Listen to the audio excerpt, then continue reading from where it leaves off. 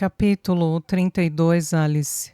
O próximo endereço de Babtia nos leva a uma clínica médica, situada em um enorme edifício histórico na esquina de duas ruas tranquilas. O edifício foi restaurado com zelo e requinte. Há uma rampa para a cadeira de rodas construída na entrada e uma porta automática de vidro deslizante. Zófia me disse que a grande placa acima da porta diz simplesmente Clínica Médica Tcherbínia e nenhum dos nomes dos médicos listados na placa termina com Slask. Isso teria sido fácil demais, ri Zófia. Mas meus olhos baixam para uma placa de bronze ao lado da porta da frente, porque, embora esteja em polonês, uma palavra de fato é Slask. Na verdade, digo com ironia e aponto para a placa. Os olhos de Zófia se arregalam e ela lê baixinho. Em memória do Dr. Alexei Slask, um exemplo para todos de liderança e coragem, 1939. Zófia me oferece um sorriso triste. Talvez estejamos no caminho certo afinal. Tiro algumas fotos da placa e do prédio, depois sigo Zófia para dentro e examino o interior. Estamos no meio da tarde e há apenas 2 pessoas aguardando na sala de espera dos pacientes, mas atrás da mesa da recepção estão sentados uma moça e um rapaz. O jovem está falando ao telefone, mas a moça pousa o fone de ouvido quando entramos na sala e me encara com uma intensidade que me deixa bastante desconfortável. Eu me pergunto o que há em minha aparência que denuncia que eu sou a estrangeira, não Zófia. Quando nos aproximamos da mesa, Zófia cumprimenta os recepcionistas em polonês, depois faz um gesto para mim e me apresenta, mas ela volta para o inglês ao dizer: Alice veio dos Estados Unidos pesquisando a história de sua família.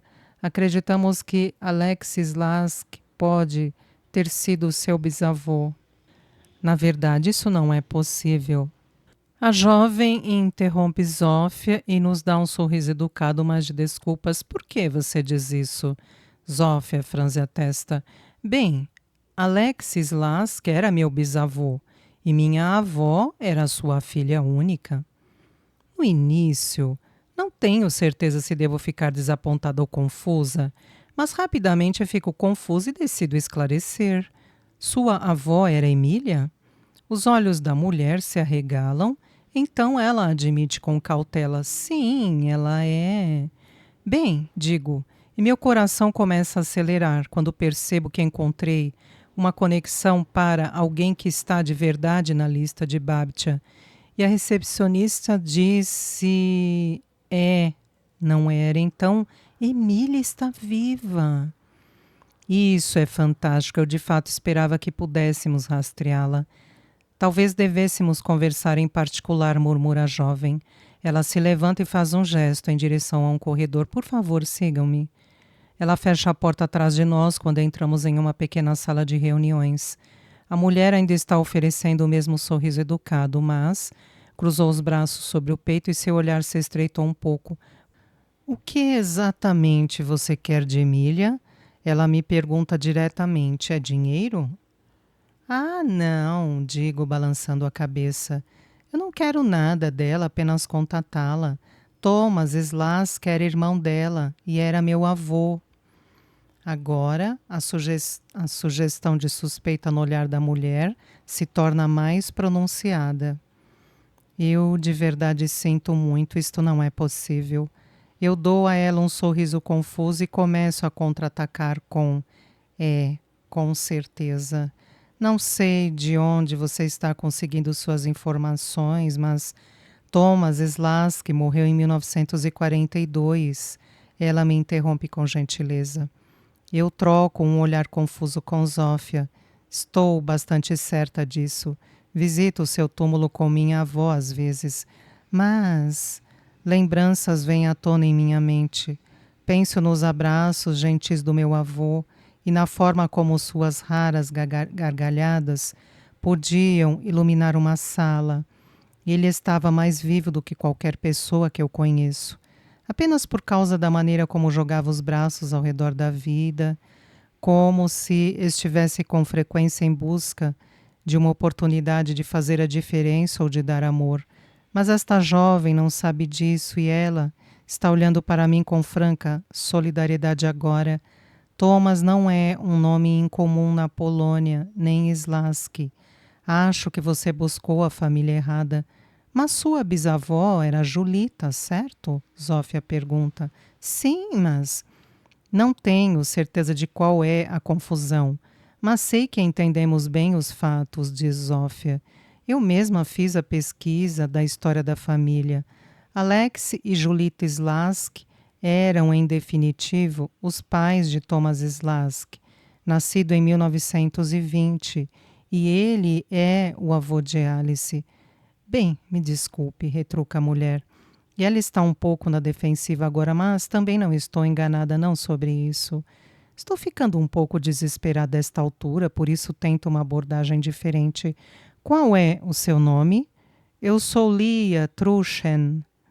É muito bom conhecê-la, Lia. Falo tranquila, na esperança de colocar a conversa de volta em termos amistosos e dispersar esta estranha tensão que está começando a aumentar. A questão é, minha avó está com 95 anos agora e está muito mal. Ela deixou a Polônia durante a guerra e nunca conseguiu retornar. Minha mãe acha que minha avó costumava mandar cartas para Emília, talvez até centenas de cartas ao longo dos anos, tentando entrar em contato assim que a guerra acabou. Não temos certeza do que ela queria com exatidão, mas parecia ser muito importante para ela. Emília também está muito velha e também não está bem. Lia diz no mesmo tom que usei. Tenho certeza de que você entende porque não quero aborrecê-la. Se ela não respondeu às cartas de sua avó, deve haver um motivo. Lia está se esforçando muito para não ser rude. Na verdade, seu olhar está implorando por compreensão. E eu realmente entendo que ela queira proteger sua avó. Talvez melhor do que a maioria das pessoas faria. Mas isso não significa que eu possa deixar a questão para lá. Talvez elas pudessem apenas se falar ao telefone. A Emília é muito frágil, diz Lia um pouco mais firme agora. Talvez. Sinto a oportunidade escapando de mim, então me afobo para recuperar a simpatia de Lia. Eu não quero chatear sua avó também, isso seria terrível. Mas talvez, se você pudesse falar a ela sobre minha avó, talvez ela pudesse se interessar. Quem é sua avó? Minha avó é Hannah Slaski. Eu respondo de pronto. Mas Zófia diz ao mesmo tempo, ela era Alina de Ziak antes do casamento. Alina ou Hannah? Lia olha para nós e sua desconfiança não está mais escondida. É complicado, suspiro, e então explico brevemente os eventos da manhã. Mas o que quero dizer é que Emília pode conhecê-la como Hannah ou Alina, mas ela é com certeza Slaski. Temos certeza do sobrenome porque ela o adotou quando se casou com meu avô. Bem, ela seria Alina Slaksa se tivesse se casado com um polonês. Lia observa. Olho confusa para Zófia e ela acena com a cabeça. Bem, sim, é uma convenção polonesa alterar alguns sufixos para denotar gênero. Uma mulher geralmente seria Slaksa em vez de Slaski, mas vejo isso o tempo todo com clientes americanos. A convenção, em geral, não persiste após a imigração. Isso não importa de qualquer maneira. Eu não a conheço por nenhum dos dois nomes. Tenho certeza de que minha avó nunca mencionou. Lia suspira. Ainda acho que você procurou a família errada, ou talvez a cidade errada. Não. Minha avó definitivamente disse Tcherbínia, e até encontramos o lar de sua infância. Além disso, todos os detalhes se alinham, digo. Olho com rapidez para Zof e volto a encará-la. Estou esquecendo de alguma coisa? Tudo está alinhado, diz Zófia. agora olhando feio para Lia. Alice e eu temos certeza de nossos fatos. Tem certeza de que a incongruência não está do seu lado? Com certeza você pode ver como seria perturbador para mim ir até minha avó de 85 anos e dizer a ela que uma mulher americana acha que seu amado irmão mais velho viveu 75 anos a mais do que viveu na realidade. Lia não é muito rude, não nos expulsa do prédio, não exatamente. Apesar disso, Zof e eu logo nos encontramos de volta à rua. A família deve ser rica, diz Zófia. Mas nós dissemos que não queríamos dinheiro, falo impotente. Ela encolhe os ombros. Se você é neta de Thomas, talvez ele tivesse direito a uma parte de qualquer herança que Alex deixou para trás. E se for significativa, talvez ela esteja nervosa sobre como isso afetaria a família dela. Zófia olha para trás, para o prédio. Não me surpreenderia se ela tivesse inventado a história sobre o túmulo, só porque isso lhe dá uma desculpa para se recusar a se envolver conosco. Como vamos resolver isso? Zófia faz uma pausa pensativa, mas então balança a cabeça lentamente. Bem, os registros de nascimento eram claros. Houve apenas um Thomas Slaski, nascido nesta freguesia neste período, pelo menos pelo que eu pude ver. No que me diz respeito, a única coisa que podemos esclarecer é a história de Lia. Talvez a família dela seja diferente com nomes semelhantes. Em uma pequena cidade como esta, quais são as chances de haver dois Alex Slaskis que se casaram com Julitas e tiveram filhos, chamados Emily e Thomas? Bem, pergunto com hesitação, quão comuns são esses nomes? Não são tão comuns, Zófia ri. Vacilo olhando para as portas, então endireito minha postura e digo, pode me esperar aqui? E se ela me jogar para fora desta vez, tente me pegar antes que eu bata no paralelepípedo, ok? Volto para o balcão onde Lia e o jovem estão, com as cabeças juntas e sussurram furiosamente. Eles só me notam quando estou perto e me curvo e digo, Lia, entendo que você queira proteger sua avó, pois eu com certeza faria o mesmo, mas minha avó não tem muito tempo. Ela me enviou aqui nesta caça ao tesouro e está procurando por algo. Eu, na realidade, não posso deixar de pensar que sua avó Emília pode ser capaz de lançar alguma luz sobre tudo isso. E quem sabe? Talvez essa confusão faça parte do quebra-cabeça. Então, você poderia pelo menos pensar em falar com ela? Basta dizer que a Lina Dziak ou Hanna Wisniewski estão tentando entrar em contato com ela. É tudo o que peço e... Lia está me olhando feio, mas eu alcanço o outro lado da mesa, pego uma caneta e post-it e em seguida rabisco meu nome e número de telefone celular. Eu vou ficar aqui por mais alguns dias, digo, pode me ligar a qualquer hora.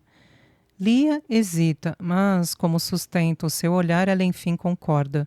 Sussurro um agradecimento e depois dou meia volta rapidamente e saio antes que ela mude de ideia. Encontro Zófia encostada na parede da clínica. Ela me examina com cautela e depois ri. O que diabos você disse? Senti como se ela tivesse batido a porta na nossa cara, eu admito. Então enfiei o pé na torta e me certifiquei de que, caso ela mudasse de ideia, tivesse uma forma de entrar em contato comigo. Isso é tudo o que posso fazer, certo? Mais tarde naquela noite, depois do jantar e de uma taça de vinho no restaurante do hotel no térreo, pego o telefone e ligo para a mamãe. Ela está dirigindo para o hospital quando atende, e sua saudação parece estranhamente moderada. Olá, Alice. Oi, mãe, como foi seu dia? Tudo bem, diz ela, mas parece distante. Está tudo bem com Baptia? Ah, tudo bem. Estou apenas cansada, um pouco confusa com toda esta coisa de identidade secreta dela. Eu não entendo por que ela não me contaria se houvesse mudado de nome, mamãe suspira. Eu sei, murmuro. Sinto muito, mãe, não sei o que dizer. Só espero que ela se recupere o suficiente para se explicar. Eu estava pensando se sua amiga aí, ou um intérprete, intérprete poderia perguntar a ela sobre isso. Mas não vejo sentido, pois como ela pode nos dizer o que aconteceu se não consegue falar? Há 1 milhão de razões pelas quais ela pode ter mudado seu nome, então nunca vamos adivinhar. E o CAA não tem exatamente um botão para isso. Mamãe para, depois limpa a garganta e pergunta: como vai o restante da expedição pela Polônia? Bem, descobrimos que Emilia Slaski ainda está viva. Encontramos sua neta hoje, seu nome é Lia, e com certeza é apenas uma abreviação do nome de sua avó. Então, você vai falar com esta Emília? Talvez ela possa nos contar o que aconteceu com Babtia. Algo estranho aconteceu na verdade. Lia foi inflexível sobre o irmão de Emília, Thomas, ter morrido em 1942. Mas, bem, é óbvio, ele não morreu. Houve alguma confusão então? Sim, definitivamente respondo. Zófia acredita que Lia estava presumindo que eu estava atrás de sua herança ou algo assim e tentando proteger sua família, mas faço uma pausa e admito com relutância. Meu instinto diz que não é isso, para ser franca. Bem, às vezes você tem que confiar em seu instinto. Mamãe diz com calma. E, Alice, dado que você está na Polônia, apesar da minha sutil desaprovação, eu bufo e ouço um sorriso em sua voz, quando ela continua: suspeito que você já saiba disso, mas vou lembrá-la assim mesmo. Você deve sempre se lembrar de que, às vezes, bater em portas simplesmente não é suficiente. O que mais há para fazer em um caso como este? Às vezes, se você quer muito alguma coisa, tem que derrubar a maldita porta. Se eu fosse fazer um pôster motivacional para Julita Slaski Davis, seria este mesmo o slogan: sorrio para mim mesma, mamãe ri. Pode apostar, filha. Cheguei ao hospital, por isso vou desligar agora. Conversamos amanhã? Obrigada, mãe. Mesmo depois que mamãe e eu nos despedimos, estou pensando em seu conselho. Em casa, aplico automaticamente o nível de determinação da minha mãe para acessar ajuda e suporte para Ed. Mas quando se trata de me conectar com um homem com quem eu divido a cama, é uma outra história.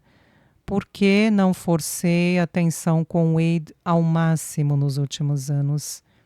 Em definitivo, fui criada para resolver as coisas sem rodeios, por isso não tenho certeza de como consegui me encontrar em uma situação em que tantas coisas permanecem não ditas em minha própria casa. Preparo um banho, ganhando um tempo para pensar antes de ligar de volta para o Wade. Quando estou em casa na rotina do dia a dia, nunca tenho espaço e tempo para tentar ser uma observadora imparcial da dinâmica de nossa família, mas agora começo a refletir sobre os padrões em que caímos. Penso no ressentimento que sinto por Wade, aquele sentimento terrível que é misturado com culpa e confusão, porque estou neste papel em que sou, de alguma forma, a manda-chuva no setor doméstico de nossa família, mas não a co-provedora no setor financeiro que sempre achei que seria. De certo modo, uma dependente relutante e a chefe de operações familiares. Penso sobre como deixei esta tensão piorar por tanto tempo. Não sou uma mulher tímida, então por que não tenho sido mais assertiva em casa? Por que não forcei a questão da desconexão de Wade com Ed? Por que não exigi uma parceria igualitária no papel de pais, tão necessária? Estou apavorada com o que posso perder se fizer isso. Talvez eu me apegue com muita força às coisas que posso controlar, a rotina que eu coloco em prática para Ed, as tarefas em casa que gosto que sejam feitas exatamente do meu jeito. Porque as coisas mais profundas e mais amplas do que tudo e que regem a minha vida, eu não consigo controlar. Eu me esfalfo tentando controlar o mundo que existe ao seu redor, porque não posso mudá-lo de jeito nenhum. Eu não posso consertar Ed, porque Ed não está quebrado. Ele é apenas diferente e vai ser assim para sempre, porque é assim que ele é.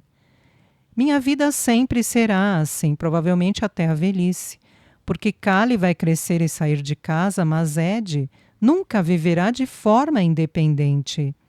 Eu não lamentei a vida que pensei que viveria, e tenho absoluta certeza de que não lamentei o filho que pensei que teria.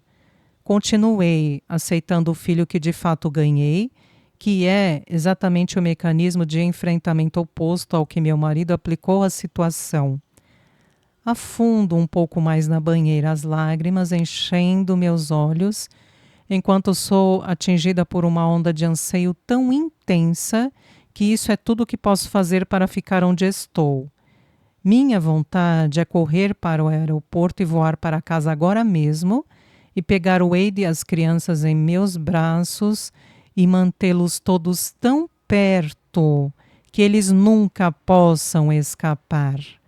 Até mesmo o Wade, talvez em particular o Wade. Ele e eu realmente precisamos um do outro para alcançar algum tipo de equilíbrio. Mal posso esperar para ouvir a voz de Wade e resolver a tensão persistente antes de ir para a cama. São 10 da noite em Cracóvia agora, e isso equivale a 4 da tarde em casa. E como é quarta-feira, ele e Ed devem estar na academia de balé, assistindo às aulas de Kali. Saio depressa da banheira, visto o roupão do hotel e ligo. Mas quando a ligação é completada, fica imediatamente óbvio para mim que eles não estão na academia de balé. Wade? Digo surpresa. Ed, amo você. Ed ecoa, surpresa e prazer em seu tom. O telefone muda um pouco e seu rosto preenche a tela. Ele encara o telefone, aproximando-o demais. Ed parece muitíssimo feliz. Seus grandes olhos verdes estão com certeza cheios de alegria. Ed parece ter acabado de receber algum tipo de presente magicamente empolgante. Para Ed, parece que minha chamada é a cereja em um bolo já bastante excepcional. Enquanto digiro tudo isso, de repente reconheço a parede de tijolos atrás dele. Oi, bebê, digo com ternura. Papai levou você para a estação de trem, hein? Oi, Alice. Wade fala de fora da tela. Sim, achamos que não adiantava muito assistir Pascale no balé, por isso fomos dar um passeio. Assim que entramos no quarteirão perto da estação, Ed ligou o piloto automático e quase me arrastou até aqui, então suponho que você também faça isso às vezes. Eu nunca levaria Ed para um passeio espontâneo como aquele. Eu nunca arriscaria. E se nos deparássemos com uma situação em que ele tenha um colapso? E se ele fugisse? Eu planejo minhas saídas com Ed como os professores planejam suas excursões. Agendo coisas, eu as coloco em seu cronograma visual, considero os riscos, faço planos de contingência. Mas isso também significa que nunca vou conseguir ver a mesma alegria e surpresa no rosto de Ed que Wade conseguiu alcançar agora. Não há surpresas na vida dele comigo. Estou bem perplexa com o ciúme que sinto. Nós vamos lá na sexta-feira de manhã, se ele ficar na escola o dia todo na quinta, e estacionamos no mesmo lugar para o balé, então acho que ele conhece o caminho, digo minha voz sumindo. Fico em silêncio, então, observando enquanto o olhar de Ed deixa a tela do telefone para se concentrar em algo na frente dele. Suspeito, pelo crescente entusiasmo em seus olhos, que ele está olhando para um trem que se aproxima. Qual é o plano para hoje à noite? Pergunto para o Wade. Sopa é o plano para hoje à noite, pontua. Ele ainda está fora da tela. Mas não há como confundir o tom de amargura em seu tom. É por isso que você ligou para checar? Liguei porque tive um dia muito emocionante e confuso e só queria ouvir sua voz, respondo. É impressionante como eu realmente queria me conectar com ele nesta ligação, mas em menos de 60 segundos ele faz um comentário como esse e em um instante eu me sinto na defensiva. E a amargura que surge em meu tom em seguida corresponde ao nível da dele. Não é de admirar que estejamos em crise. Sinto como se estivéssemos em extremidades opostas de uma passarela muito longa e ambos temos medo de pisar nela. Cada vez que um de nós dá um passo à frente, o outro dá um passo para trás, caso a ponte não aguente o nosso peso. Não posso brigar com ele esta noite. Simplesmente não tenho reservas emocionais. Respiro fundo e digo sem alterar o meu tom, mas agora não é, na realidade, o momento para esta conversa, eu acho. Falo com você amanhã. O rosto de Ed desaparece da tela e em seu lugar vejo Wade. Há bolsas pesadas sob seus olhos. E pela primeira vez que me lembre, ele não fez a barba num dia de trabalho. Não desligue, Ali, murmura. Eu tenho que dizer algo e se prepare, isso vai ser chocante. Eu posso dizer que ele está prestes a fazer uma piada e eu rio um pouco. Na expectativa, estou preparada. Brinco em resposta, vá em frente. 2 crianças? Significativamente mais difícil de controlar do que 300 ratos de laboratório. Isto não são umas férias. E eu de fato sinto muito por antes e eu sinto muito pela sopa. E ele suspira profundo e depois diz com ironia que fique claro que eu sinto muito por quase tudo neste momento. Eu também sinto muito, sussurro. E então toco a tela com o meu dedo indicador, sentindo de novo aquela pontada de saudade profunda na alma. Fico olhando na direção de seus olhos na tela e minha voz está rouca de emoção enquanto ofego. Eu realmente sinto sua falta, Wade. Também sinto saudade. Ouço o barulho do trem chegando e então vejo a rajada de vento bagunçando os cabelos de Wade. Quero lhe perguntar sobre os novos rótulos Gogurt e ver Ed novamente, ver se Ed de verdade está bem.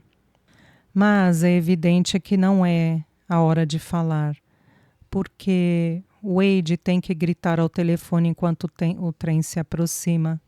Vamos conversar direito amanhã, quando eu não estiver na estação de trem. Eu rio e assinto em seguida. Beijo meu dedo e pressiono contra a câmera. Eu amo você, sussurro. Ele lê meus lábios e eu o vejo ecoar a frase de volta para mim.